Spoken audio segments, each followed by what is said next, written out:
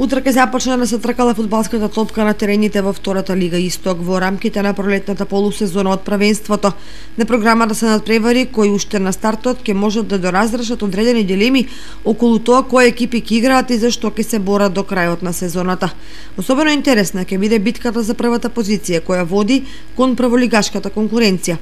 На врвот со 3 бода предност пред Брегалница од Штип презими Струмичка Беласица, која воедно е прв фаворит за освојување на шампионската титула. Струмичани во сабота гостуваат во Кочани, каде се апсолутни фаворити за освојување на бодовите и продолжување на победничката серија. За штипјани, но и за љубителите на фудбалот на Истокот, посебно интересен предизвикува дуелот на сестринските екипи Брегалница и Кидго, кој воедно е дерби на колото, со оглед на бодовната салда и позиционираноста на табелата на второто и третото место со 1 бод предност за постариот клуб. Плачковица од Радовиш и победа од Прилеп ќе одат на 3 бода против Кожув, односно Питук Гули со цел да побегнат од опасната сезона.